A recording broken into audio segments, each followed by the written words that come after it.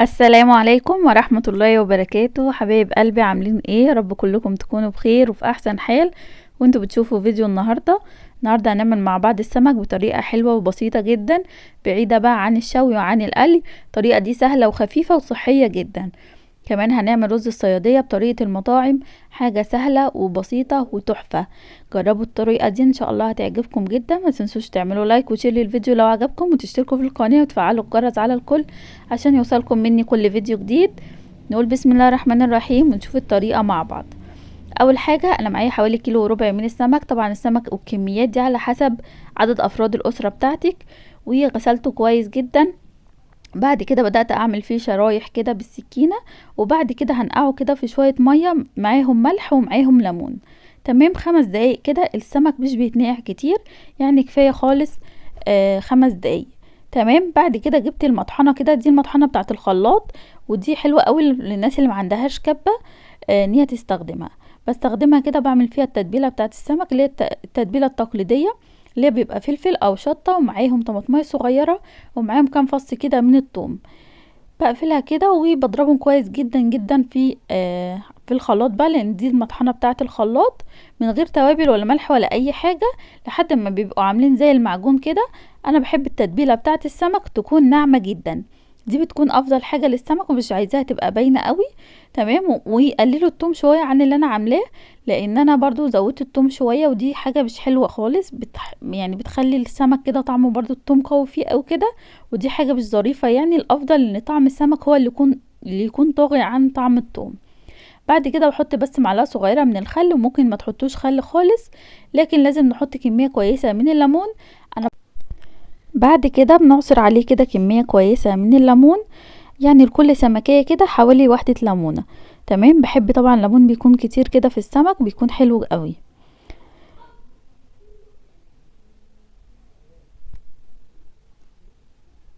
بعد كده هبدأ اتبل الخلطة دي معايا. اهم حاجة الملح يكون كويس ومظبوط، لان السمك بيحب يكون الملوحة بتاعته كويسة. بحط كمان كمون، معلقة صغيرة كمون، معلقة صغيرة كزبرة ناشفة، رشة فلفل اسود صغيرة قوي، وكمان رشة كده من البابريكا، بتديها كده لون احمر حلو، وكمان طعم حلو قوي. البابريكا اللي هي الحمرا الحلوة العادية. بقلبها كده كويس جدا مع بعض، وكده التتبيلة بتكون جاهزة معانا. تقدري بقى تعتمدي التتبيله دي عندك على طول. ممكن تعمليها بكميه وتحفظيها كده في برطمان في الفريزر، وتطلعي منها كده وتتبلي زي ما انت حابه خالص. بعد كده بقطع كده شويه خضار معايا بصل، ومعايا فلفل اخضر، معايا كمان شويه من الكرفس، والجزرايه واحده هبشرها. تمام. ممكن تحطي فلفل الوان زي ما انت حابه. انا ما كترتش الفلفل، مش بحبه قوي مع السمك. وحطيت بس البصل، وهقطع كده الكرفس بيدي طعم حلو قوي للسمك.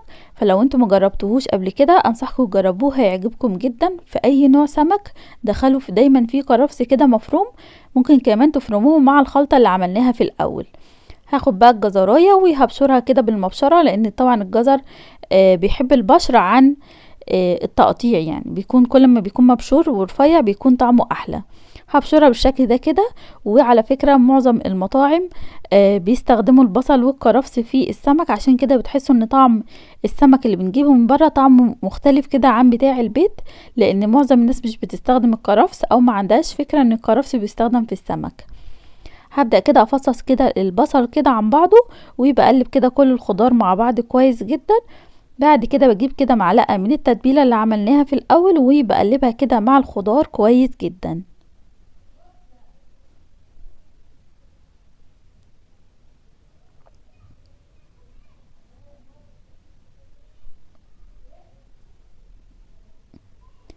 بعد كده هجيب صينية وهدهنها كده شوية كويسين من الزيت من تحت عشان السمك ما يلزقش معانا. ممكن كمان تحطوا فيه ورق فويل لو حابين. وبعد كده بنشف كده بطن السمكية من جوه كويس بمناديل مطبخ، وبرصهم كده في الصينية بتاعتي، وهبدأ بقى اتبلهم. هتبلهم الاول بالتتبيله العاديه بتاعه الاسماك. دي تتبيله دي تنفع لجميع انواع الاسماك عادي جدا، بتكون حلوه قوي. ممكن تقلوه كده بعديها من غير ما تعملوا له خضار ولا اي حاجه. بتبله كده كويس من جوه ومن بره، وكمان بتبل الفتحات اللي بنعملها في السمك دي، بتفرق جدا، بتخلي كده طعم السمك بتخلي اللحم بتاع السمك متطعم كويس جدا من جوه، وكمان بتخليه يستوي معاكي بسرعة. فبتبله كده كويس من بره ومن جوه بالشكل ده كده. الطريقة دي حلوة قوي وبسيطة، لاننا مش بنستخدم زيوت ولا دهون كتير، فحلوة قوي، وكمان يعني صحية اكتر عن الطرق التانية. بملى كده البطن بتاعت السمكة بشوية من الخضار، ممكن نعمل كده فرشة من الخضار تحت السمك ده، ممكن كمان نقطع معاها كده شرايح بطاطس رفيعة قوي ونحطها معاها، برضو بتكون حلوة قوي. بحط كده الكمية اللي اتبقوا معايا على وش السمك، وبعد كده هرش عليه كده رشة بسيطة من الزيت، كل سمكية معلقة كده بسيطة خالص من الزيت، يفضل يكون زيت ذرة او زيت دوار شمس. وبحط كمان عصير ليمون. هتلاقوا في مطاعم مسميه النوع ده من السمك سمك مشوي زيت وليمون، بصراحه بيكون حلو قوي. بحب دايما لو كلت سمك من بره اجيب السمك المشوي زيت وليمون ده، بيكون حلو قوي، بيكونوا مغرقينه كده ليمون وكمون، وكمان حاجه بسيطه من الزيت. تمام، بالشكل ده كده الزيت كده بيديله لمعه، وبيخلي كمان الجلد بتاعه كده من بره يقرمش كده ويفصل عن اللحم بتاع السمك. هحط بقى شوية من الزيت، وطبعا مشغلة الفرن يكون سخن جدا قبل ما ادخل فيه السمك، عشان اول ما يدخل كده ياخد صدمة كويسة وما ينزلش مية كتير. بدخله كده على الصاجة من فرن في الفرن من تحت لحد كده ما يبدأ كده يغلي كده ويسخن، وبعد كده بشغله الشواية، وبخليه كده الشواية شغالة مع الفرن من تحت لحد كده ما يستوي وياخد لون حلو، وهنشوفه مع بعض دلوقتي.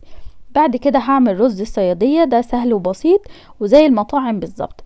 بنحط شوية من الزيت، بننزل عليهم كده بصل متقطع صغير خالص او كبير زي ما انتوا حابين، وابدأ كده احمر في البصل لحد ما تحمر جدا جدا. احط عليها معلقة من خلطة السمك اللي عملناها في الاول، اللي هي تتبيلة الثوم مع الفلفل مع التوابل، وبقلبها كويس جدا. بعد كده بنزل بمعلقة كبيرة من الصويا صوص واقلبهم مع بعض كويس. لو مش متوفر صويا صوص ممكن تستغني عنه، بس هو بيدي لون حلو قوي للرز بتاع السمك ده. بحط كمان كمون وكزبرة ناشفة ورشة صغيرة من القرفة، واقلب كده كل المكونات مع بعض مع المية. طبعا انا حطيت مية على حسب كمية الرز اللي هستخدمها، فانا هعمل كوبايتين من الرز، فاستخدمت معاهم كوبايتين من المية. بسيبها لحد ما تغلي بالشكل ده كده، وبعد كده بنزل عليها بالرز المصري المغسول ومتصفي كويس من المية بتاعته. وبعد كده بتأكد ان المية مظبوطة معايا، بغطيه لحد ما يشرب المية بتاعته، ويكون طبعا نار عالية عليه. بعد كده بهدي النار خالص على اهدى درجة حرارة، واغطي عليه واسيبه لحد ما يستوي تماما. بيطلع معاكي حلو قوي ولونه بني تحفة جدا. وطبعا السر في كده اننا بنحمر البصل كويس جدا، وكمان معلقة الصويا صوص اللي حطيناها. كده السمك بعد ما استوى معايا طالع ريحته وطعمه تحفة بجد، كان قلب الدنيا كلها. جربوه بالطريقة دي، ومتأكدة انكم مش هتعملوا اي طريقة تانية غير الطريقة دي، سهلة وبسيطة وسريعة، وكمان بعيد بقى عن الشوي والقلي والسنجاري اللي بنكون زهقنا منهم. قدمته كده مع الرز طالع لونه تحفة، طالع كده مفلفل وجميل جدا وطعمه حلو قوي. جربوه بنفس الطريقة دي هو والسمك، بجد هيعجبكم جدا. متنسوش تعملوا لايك للفيديو وتشتركوا في القناة لو اول مرة بتشوفوني، وفعلوا الجرس على الكل. عايزة اعرف رأيكم ايه في التعليقات، واشوفكم على خير ان شاء الله في فيديو جديد، ومع الف سلامة.